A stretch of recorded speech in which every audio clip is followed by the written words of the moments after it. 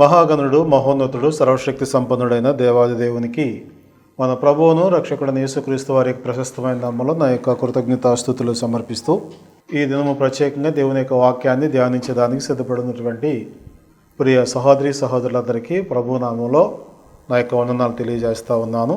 ప్రభునందు ప్రియ దేవుని బిడ్డలారా, మీరందరూ కూడా దేవుని యొక్క కృపలో వర్ధిల్లుతూ ఉన్నారు అని విశ్వాసమందు స్థిరపడుతూ ఆత్మీయంగా నిలకడగా నడుచుకుంటూ ఉన్నారని ప్రభునందు ఉన్నటువంటి విశ్వాసమును బట్టి మీ కొరకు మీ విజ్ఞాపన ప్రార్థనలు చేస్తూ ఉన్నాం.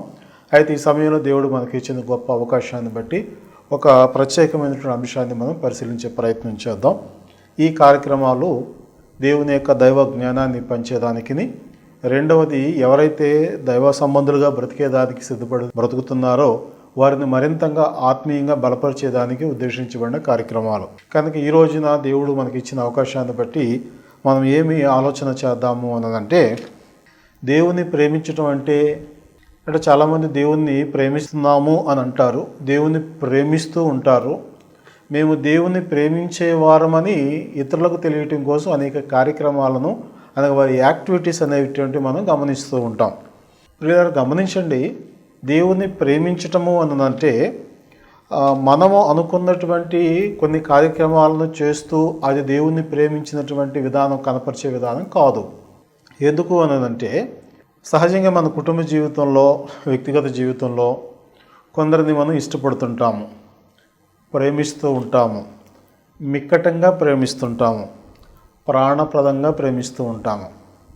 ఈ ప్రేమించటంలో మనం ఏం గమనిస్తాము అన్నదంటే, ఒకరి ఉద్దేశాలు ఒకరు గౌరవించుకోవటం, ఒకరినొకరు మన్నించుకోవటం, అలాగే ఒకరి మాటకు మరొకరు ప్రాధాన్యత విలువనివ్వటం, ఆ మాటకు కట్టుబడి తాను తగ్గించుకోవటం, ఇలాగ అనేకమైనటువంటి యాక్టివిటీస్ని మనం చూస్తూ ఉంటాం.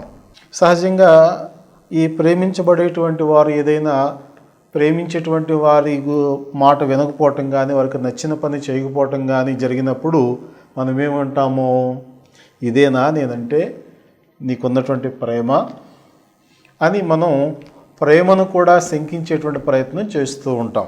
కాబట్టి ప్రేమించటము అన్నదంటే మనము అనుకున్నవన్నీ చేస్తూ నేను ప్రేమిస్తున్నానని చెప్పటం కాదు. మనం ఎవరినైతే ప్రేమిస్తున్నామో, మనము ప్రేమించబడేటువంటి వారు ఏ ఉద్దేశాలు కలిగి ఉన్నారు, వేటిని ఇష్టపడేవారుగా ఉన్నారు, లేక ఏం చేస్తే సంతోషపడేవారుగా ఉన్నారనే విషయాన్ని గుర్తించి దానిని వెంబడించడం ప్రేమించటం అవుతుంది తప్ప, నేను నిన్ను ప్రేమిస్తున్నాను కాబట్టి నా ప్రేమను అంగీకరించాల్సిందే, నేను నిన్ను ప్రేమిస్తున్నాను కాబట్టి నేను చెప్పినట్టుగా నువ్వు వినాల్సిందే, ఇది కండిషన్స్ వస్తాయి కాదు తప్ప దీనిలో ప్రేమ అనేది ఉండదు. కనుక ఈ సమయంలో మనం దేవుని ప్రేమించడం అంటే ఏంటి అనే విషయాన్ని పరిశీలించే ముందుగా చాలామంది ఏం చేస్తూ ఉంటారంటే, చర్చికి వెళితే, ప్రార్థనకు వెళితే దేవుణ్ణి ప్రేమిస్తున్నట్లుగా చెప్పుకుంటూ ఉంటారు.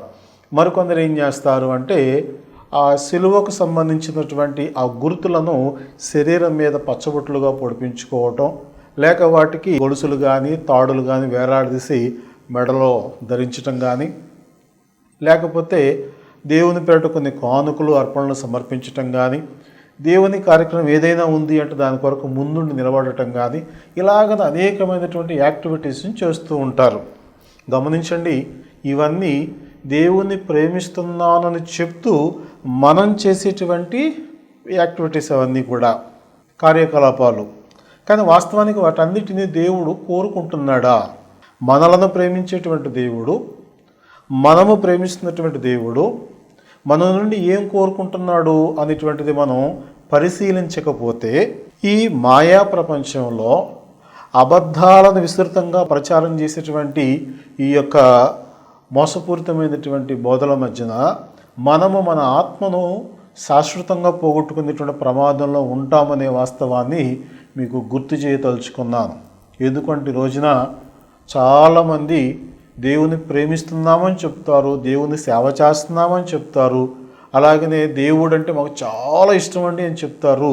కానీ ఆ ప్రేమకు, వీరు చేసే పనులకు, జీవితానికి సంబంధం లేనిదిగా ఉంటుంది. గమనించారా?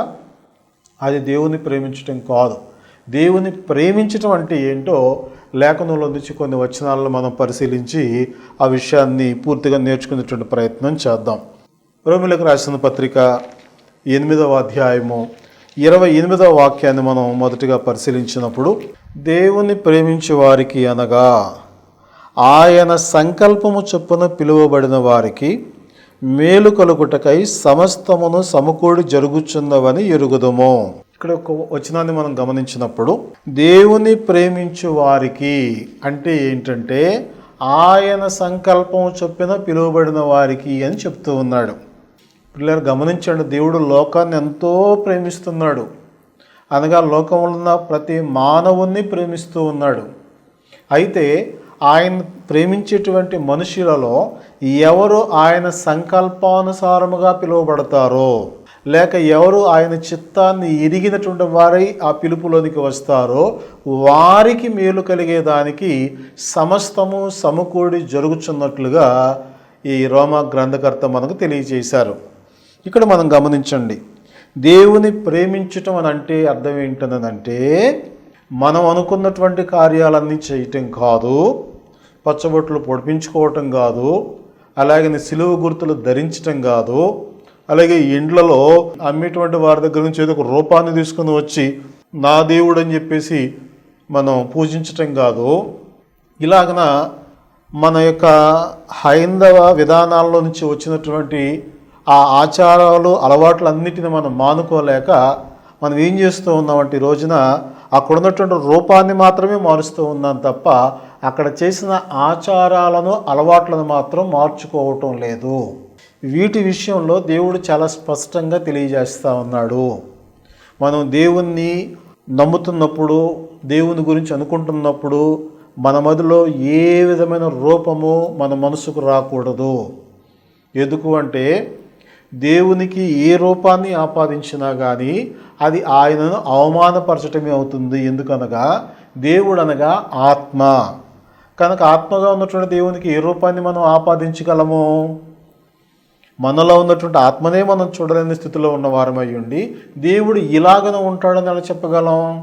అందుకే నిర్గమకాండలో మనం గమనిస్తే ఇజ్రాయేలుకు దేవుడు ఆజ్ఞలిచ్చే క్రమంలో పైన ఆకాశమందు కానీ క్రింద భూమి యందు కానీ భూమి క్రింద ఉండు నీళ్ల ఎందే కానీ దేని రూపమునైనను అది ఆడరూపాన్ని కానీ మగ రూపాన్ని కానీ చేప రూపాన్ని కానీ జంతువు రూపాన్ని కానీ ఏ రూపాన్ని నువ్వు చేసుకొనకూడదు, వాటిని పూజించకూడదు, వాటికి సాగిల పడకూడదు అని చాలా స్పష్టంగా చెప్తాడు. కాబట్టి ఇక్కడ దేవుడు అనేటువంటి ఆ మాట మన నోటికి మన మనసుకు వచ్చిన వెంటనే ఏ రూపాన్ని మనం ఊహించుకోవటానికి మనకి ఇక్కడ హక్కు లేదు. కాబట్టి సిలువ రూపమైన యేసు ప్రభు రూపమని చెప్తున్నటువంటి ఏ బొమ్మలైనా ఏదైనా కానీ మనం ఆ రూపాన్ని దేవునిగా భావించకూడదు. కనుక ఇక్కడ మనం దేవుని ప్రేమించటం అంటే వాటన్నిటిని దాటి ముందుకు వెళ్ళాలి. ఇది గుర్తెరగాలి. చాలామంది ఆ రూపాల దగ్గర, ఆ బొమ్మల దగ్గర మాత్రం ఆగిపోతూ ఉన్నారు. గమనించండి, ఇది కేవలము విశ్వాస సంబంధులు కాని వారికి ఉండేటువంటి పరిజ్ఞానం. అది నిజంగా విశ్వాస సంబంధులుగా ఉంటే అబ్రహాముకు ఉన్నటువంటి విశ్వాసం మనకు ఉండాలి. అబ్రహాము ఎలాంటి విశ్వాసంతో ఉన్నాడు అని అంటే ఏదైతే లేదో లేని దానిని చూడకముందే ఉన్నది అని అతడు నమ్మాడు. అది విశ్వాసం అంటే. ఆ క్రమంలోనే ఇక్కడ దేవుని ప్రేమించటం అంటే అర్థం ఏంటంటే ఆయన సంకల్పము చొప్పున పిలువబడుట. సంకల్పము అని అంటే ఏమిటంటే ఆయన ఉద్దేశము లేక ఆయన ఆలోచనలు, ఆయన యొక్క నిర్ణయాలు అని మనం గ్రహించాలి. అంటే దేవుని ప్రేమించే విషయంలో మానవమాతృలుగా మీరు నేను మనమందరము దేవుణ్ణి ప్రేమించే విషయంలో దేవునికి ఒక సంకల్పం ఉంది. మనం ఎలా పడితే అలా ప్రేమిస్తాను అంటే, ఏది పడితే అది చేస్తాను అంటే ఆయన అంగీకరించడానికి సిద్ధంగా ఉండడు. ఎందుకని? ఆయనకంటూ ఒక సంకల్పం ఉంది కనుక. గమనిస్తూ ఉన్నారా? ఆయనకంటూ ఒక సంకల్పం ఉంది కనుక ఆ సంకల్పానుసారంగా మనం ప్రేమించాలని కోరుతున్నాడు తప్ప మనకు తెలిసినట్లుగా ప్రేమించడం అనేది ఇక్కడ చెల్లదు. అది ఎలాగన ప్రేమించాలి అనంటే ఎఫెసీయులకు రాసిన పత్రిక 1వ5వ వాక్యాన్ని మనం గమనించినప్పుడు ఎట్లనగా తన ప్రియుని యందు తాను ఉచితముగా మనకు అనుగ్రహించిన తన కృపా మహిమకు కీర్తి కలుగునట్లు తన చిత్త ప్రకారమైన దయా సంకల్పము చొప్పున యేసుక్రీస్తు ద్వారా తనకు కుమారులుగా స్వీకరించుటకై మనలను ముందుగా తన కోసం నిర్ణయించుకొని మనము తన ఎదుట పరిశుద్ధులమును నిర్దోషులమునై ఉండవలనని జగత్తు పునాది వేయబడక మునిపే ప్రేమ చేత ఆయన క్రీస్తులో మనలను ఏర్పరచుకొనెను. ఈ వచనాలను చాలా జాగ్రత్తగా గమనించండి. మనము దేవుణ్ణి ప్రేమించాలి అని అంటే అది దేవుని యొక్క దయా సంకల్పంలో ఉన్న క్రమాన్ని బట్టి ప్రేమించాలి. అది ఏంటి ఆ క్రమము అనంటే ఆయన మనలను యేసుక్రీస్తు ద్వారా స్వీకరించడానికి ఆలోచన కలిగి ఉన్నాడు. ఇజ్రాయేల్ లాగా నేను నేరుగా దేవా తండ్రి నాయన అంటే ఆయన అంగీకరించడానికి సిద్ధంగా లేడు. దానికి ఒక క్రమం ఉంది. ఏంటి ఆ క్రమం అంటే యేసుక్రీస్తు అనేటువంటి ఒక దేవుని కుమారుడుగా లోకానికి వచ్చిన ఒక ఆయన ఉన్నాడు. ఆయన యందు విశ్వాసం ఉంచి ఆయన ద్వారా మనం దేవుణ్ణి ప్రేమించే ప్రయత్నం చేయాలి. ఇలాగన చేయాలని దేవుడు ఎప్పుడు నిర్ణయించుకున్నాడు? జగత్తుకు పునాది వేయబడక మునిపే నిర్ణయించుకున్నాడట. కాబట్టి అప్పుడెప్పుడో నిర్ణయించుకున్నటువంటి ఆయన సంకల్పం గొప్పదా? నిన్నగాక మొన్న బాధలను బట్టి కష్టాలను బట్టి దేవుని ప్రేమిద్దాము, దేవుని వైపు తిరుగుదామని వచ్చినటువంటి మన ప్రేమ గొప్పదా? ఒకసారి ఆలోచించండి. కనుక మనం ప్రేమించాల్సిందే, దేవుని భయభక్తులు నిలపాల్సిందే, అది మనకు క్షేమము. అయితే మనం అనుకుంటున్నట్లు కాదు, దేవుడు అనుకుంటున్నట్లుగా మనం ప్రేమించాలి. ఇంకా మనం గమనించినట్లయితే దేవుని ప్రేమించటం అనంటే ఎఫెసీయులకు రాసిన పత్రిక 3వ అధ్యాయము 8వ వచనంలో మరొక మాట చెప్తున్నాడు. దేవుడు మన ప్రభువైన క్రీస్తు యేసునందు చేసిన నిత్య సంకల్పము చొప్పున అంటాడు. దేవుడు దయాపూర్వక సంకల్పము అని తెలియజేశాడు. అలాగనే నిత్య సంకల్పము అని తెలియజేస్తూ ఉన్నాడు. అనగా దేవునికి మనుషులను బట్టి ఆయన కొన్ని ఆలోచనలు ఉన్నాయని ఆ ఆలోచనల ప్రకారం మనం నడుచుకోవాలని దేవుడు కోరుకుంటూ ఉన్నాడు. కాబట్టి దేవుని ప్రేమించటం అంటే అర్థం ఏంటంటే దేవుని యొక్క సంకల్పమును ప్రేమించటం, అంటే దేవుని యొక్క ఆలోచనలను ఇష్టపడటం, లేక దేవుని యొక్క ఆలోచనలను గౌరవించటం, దేవుని యొక్క సంకల్పం అనబడుతున్న ఆయన ఉద్దేశాలను మన్నించటం. కనుక ఇప్పుడు మనం ఏం చేయాలి? మనం ప్రేమించటం అన్నదంటే ఇంతకు ఆయన ఉద్దేశం ఏంటి, ఆయన సంకల్పం ఏంటి, ఆయన యొక్క నిర్ణయాలు ఏంటి అని తెలుసుకోవాలి. తెలుసుకోవాలంటే ఎలాగనా? నాకు బయలుపరచును ఆయన, నీ సంకల్పం ఏంటో తెలియపరచు, నీ ఉద్దేశం ఏంటో నాకు తెలుసుకునే జ్ఞానం ఇవ్వు అని ప్రార్థన చేయటం మాత్రమే కాదు, ఆ తెలుసుకోవలసినటువంటి ఆ యొక్క ఆలోచనలన్నిటినీ దేవుడు వాక్య రూపంలో గ్రంథస్థం చేసి మనకు అందించాడు. గమనిస్తూ ఉన్నారా? కాబట్టి మళ్ళా కళ్ళు మూసుకొని మోకరించి ఎంతో భక్తితో వినయంతో మనం తెల్లవారులు ప్రార్థన చేసినా కానీ దేవుడు ఆల్రెడీ ఒక మారు బయలుపరిచిన సంకల్పం గాక మరొకటి ఏది ఎవరికి చెప్పడు. ఆ విషయాన్ని గుర్తించకుండా, అది గ్రహించకుండా మరలా మనం పట్టుదలతో అడుగుతున్నాం కనుక అక్కడ దేవుడు మన గురించి చింతిస్తూ ఉంటాడు. అయ్యో నేను చెప్పిన దాన్ని వీళ్ళు గ్రహించలేకపోతున్నారు, ఇచ్చిన దాన్ని చూడలేకపోతున్నారని బాధపడుతుంటాడు. అదే సమయంలో దేవుడు చెప్పాలని కోరుకున్న మన కోరికను బట్టి మరికొన్ని సొంత ఉద్దేశాలు చెప్పేదానికి ఇంకొక ఆయన బయలుదేరతాడు. ఆయన ఎవరో మీకు అర్థమైపోయిందని అనుకుంటున్నాను. ఎవరు అంటే అపవాది. కాబట్టి అపవాది కూడా ఏం చేస్తాడు అంటే వాక్యాన్ని పక్కన పెట్టి నాకు నీ సంకల్పం ఏంటో బయలుపరచు, నీ చిత్తం ఏంటో తెలియచేయి అని ఎప్పుడైతే మనం గోజాడుతూ ఉన్నామో దేవుని వాక్యంలో లేనటువంటి సంగతులను తను గొప్పగా మనకు బోధిస్తూ ఉంటాడు. కాబట్టి దేవుని యొక్క సంకల్పం అంతా ఎక్కడుంది అంటే ఈ గ్రంథంలో మనకు దేవుడు బయలుపరిచాడు. ఈ గ్రంథంలో దాన్ని పొందుపరిచాడు. ఆయన వెంబడించే వారికి మాత్రమే కాదు, ఇది చదవగలిగిన ప్రపంచ మానవాళ్ళకి అందరికీ దాన్ని సిద్ధం చేసి ఉంచాడు. గమనించండి. ఎందుకు అంటే ఆయన అన్యాయస్తుడు కాదు కదా. కేవలం బ్రతిమాలుకున్న వాళ్ళకి సంకల్పాన్ని బయలుపరిస్తే బ్రతిమాలుకులు అనేటువంటి వారు ఎలా తెలుసుకుంటారు? కాబట్టి ఇక్కడ దేవుని యొక్క ఉద్దేశం ఏంటిదంటే ఆ సంకల్పం అందరికీ సార్వత్రికంగా బయలుపరిచి అది అందరికీ ప్రకటించబడాలని ఉద్దేశించిన వాడై ఉన్నాడు. కాబట్టి దేవుని సంకల్పంలో ఇంకా రహస్యమైనటువంటివి, మరుగైనటువంటివి ఏమీ లేవు.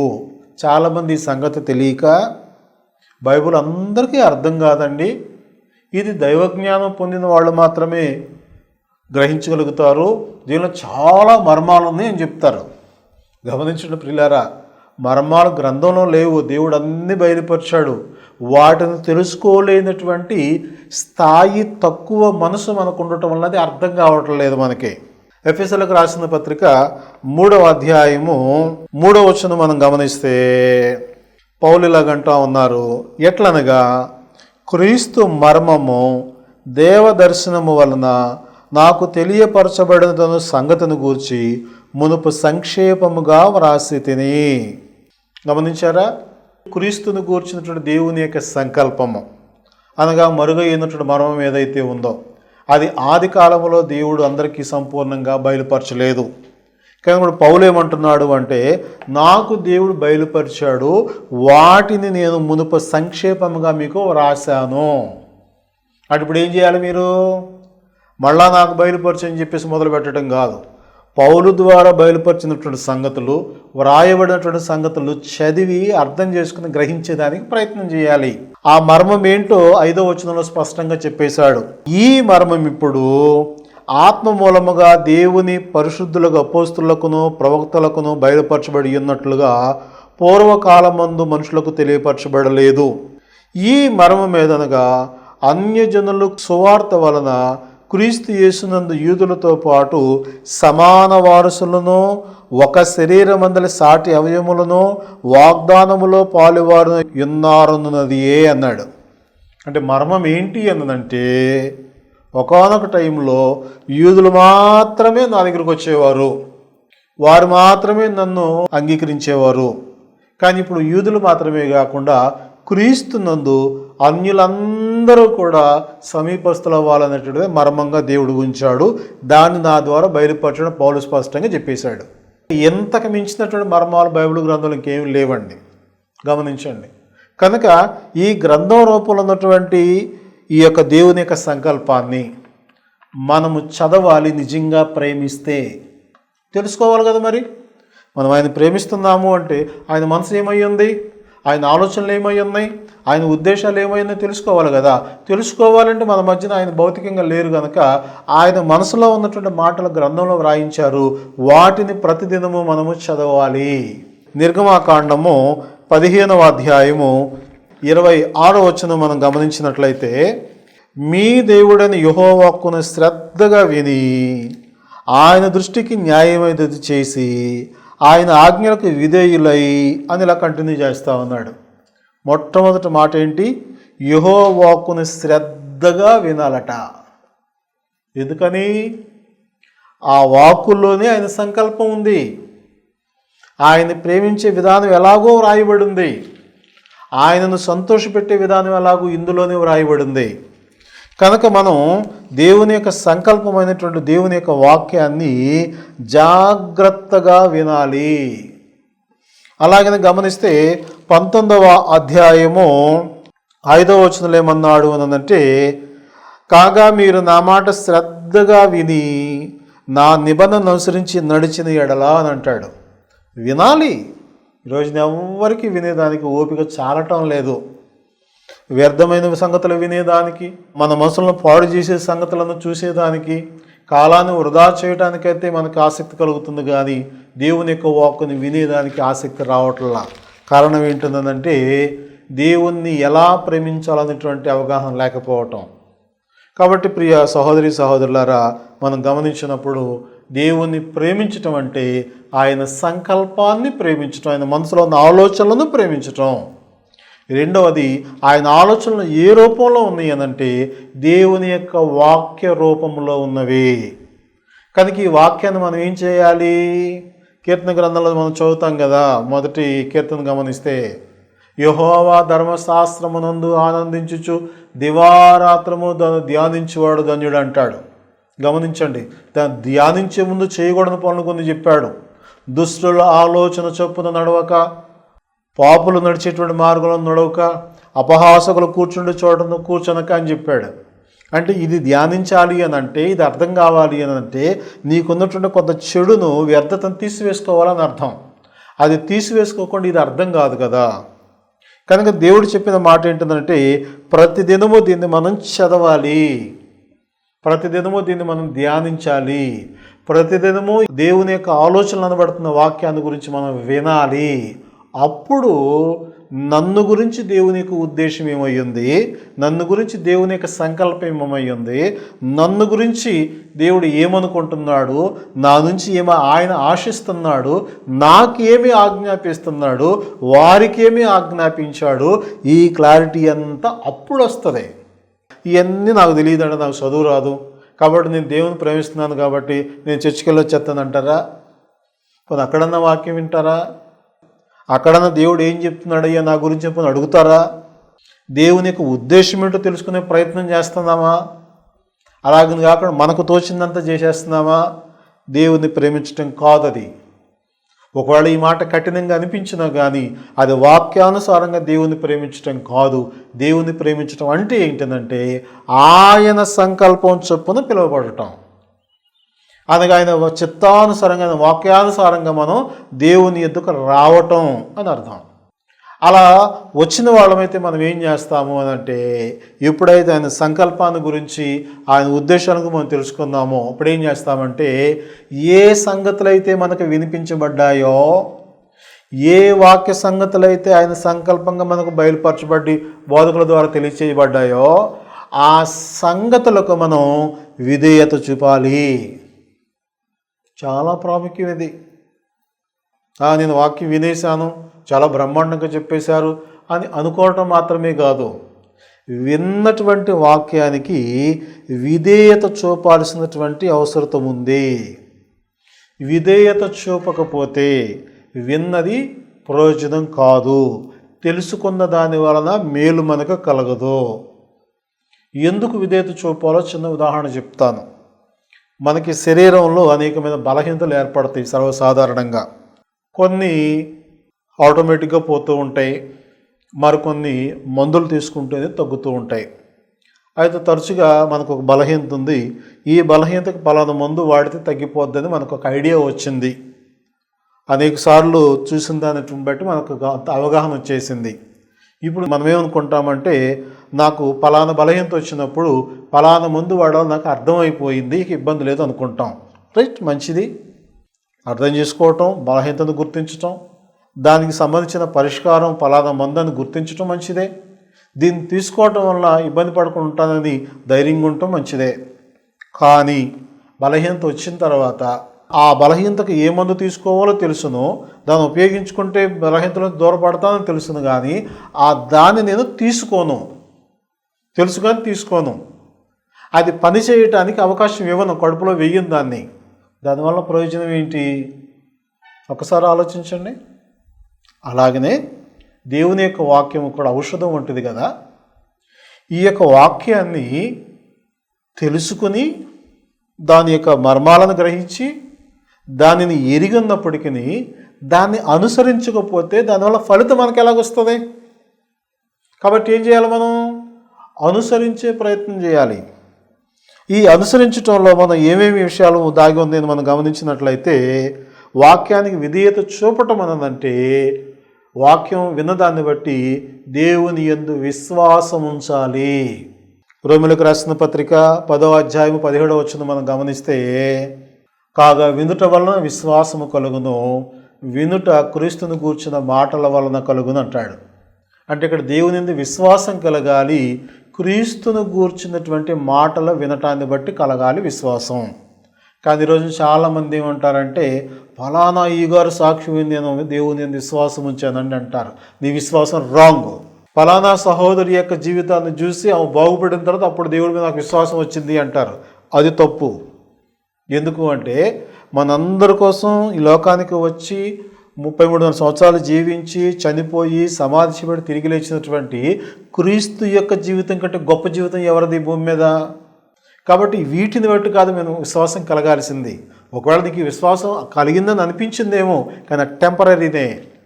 కానీ క్రీస్తు మాటల వలన కలిగిన విశ్వాసం అయితే శాశ్వతంగా ఉంటుంది. కాబట్టి దాని యందు మనకు విశ్వాసం అనేది కలగాలి. రెండవది, ఇంకా మనం విధేయతలో మనం ఏం చూపిస్తాము అనంటే మారు మనసు పొందాలి. అనగా ఈ లోకంలోకి వచ్చిన తర్వాత ప్రతి మానవుని యొక్క ఆలోచన, ప్రవర్తన, జీవితం బాగా భ్రష్టుపట్టిపోతూ ఉంది. ఆనాడు ఉంది, ఈనాడు ఉంది. కనుక భ్రష్టుపట్టిపోయి పాడైపోయినటువంటి తన మనస్సును మార్చుకోవాల్సిన అవసరం ఉంది. మార్చుకోవటానికి మళ్ళీ ఏదో రకరకాల కారణాలు చెప్పొద్దు, గ్రంథంలో అలాగనే లేవు. చాలామంది పరిశీలు శాస్త్రులలాగా ఎవరైనా దేవుని ఎదుకు వచ్చి విశ్వాసం ఉంచుతాను అంటే వారు చెప్పినట్లుగా నువ్వు అలాగను చేయాలి, ఇలాగను చేయాలి, క్రమంగా రావాలి, లేకపోతే తెల్లబట్టలు కొనుక్కోవాలి, ఇలాగన రకరకాలుగా బైబిల్లో లేని కార్యక్రమాలన్నీ చెప్తూ ఉంటారు. మీరు గమనించండి, మారు మనస్సు అంటే అది మనసుకు సంబంధించినటువంటి వ్యవహారం.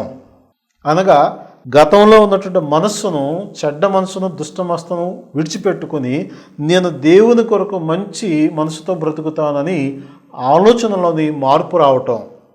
ఆ దాని రావటానికి మిగిలిన కార్యక్రమాలన్నీ ఎందుకు? నిజమైనటువంటి మార్పు వస్తే ఆటోమేటిక్గా మాటలే మారుతాయి. నిజమైన మనసు మారితే మన చేష్టలే మారుతాయి. నిజంగా మనకు మారు మనసు వస్తే మన ప్రవర్తనే మారుతుంది కదా. ఇంకొకరు చెప్పాల్సింది ఏంటి? గమనించారా? కాబట్టి ఇక్కడ మనస్సు అనేటువంటిది మార్చుకోవాలి, మారు మనసు పొందాలి. మన వాక్యానికి విధేయత చూపించినట్లయితే ఆ విషయాన్ని అపోస్తుల కార్యములు 2:36 పెంతెకొస్తు పండుగ దినాన యెరూషలేములోకి వచ్చినటువంటి యూదులతో పేతురు మాట్లాడుతూ ఉన్నాడు. మీరు మారు మనసు పొంది అంటాడు. అంటే వాళ్ళు అడిగారు, యేసుక్రీస్తుని గురించిన బోధ విన్న తర్వాత సహోదరులారా మేమేం చెయ్యాలి అని అడిగారు. అప్పుడు పేతురు వాళ్ళతో అంటున్నాడు, వారికి రక్షణ పొందేదానికి మార్గాన్ని చూపిస్తూ వాళ్ళు విధేయులు అవటానికి ఏ పని చేస్తే విధేయులు అవుతారనేటువంటి కార్యక్రమం చేసే ముందు వాళ్ళని అన్నాడు, మీరు మారు మనసు పొంది అన్నాడు. అంటే ఎప్పుడైతే వాళ్ళు విన్నారో క్రీస్తు మీద విశ్వాసం కలిగింది. ఆ విశ్వాసం వారిని ఎక్కడికి నడిపించింది అంటే మారు మనసు దగ్గరికి నడిపించింది. అప్పుడైతే మారు మనసు పొందారో అప్పుడు ఆ మారు మనసు పొందినటువంటి విషయాన్ని గురించి వాళ్ళు ఏం చేయాలట? ఒప్పుకోవాలి. రోమీయులకు రాసిన పత్రిక 10:10 చదువుదాము. ఏలయనగా నీతి కలుగునట్లు మనుషుడు హృదయంలో విశ్వసించును, రక్షణ కలుగునట్లు నోటితో ఒప్పుకొనును. గమనించారా? రక్షణ పొందే ముందు అతడు యేసుక్రీస్తు నా ప్రభువునని, నా రక్షకుడునని, దేవుని కుమారుడునని తన నోటితో ఒప్పుకోవలసిన అవసరం ఉంది. ఇది కూడా విధేయత చూపించిన దాని కింద లెక్కే. అలాగని ఎప్పుడైతే మనం విశ్వాసం ఉంచి మారు మనసు పొంది క్రీస్తును దేవుని కుమారుడుగా, రక్షకుడుగా ఒప్పుకున్నామో అప్పుడు ఆయన ఆజ్ఞాపించినటువంటి బాప్తిసం పొందాలి. అనగా నీటి బాప్తిసం పొందాలి. చిలకరించటం కానీ, లేక కుమ్మరించటం కానీ, ఇంకా జెండా కింద దూరటం కానీ, ఇంకా ఏదో రకరకాలుగా ఈ మధ్యన జరుగుతూ ఉన్నాయి. అవన్నీ దేవుడు చెప్పినటువంటివి కావు. గమనించండి.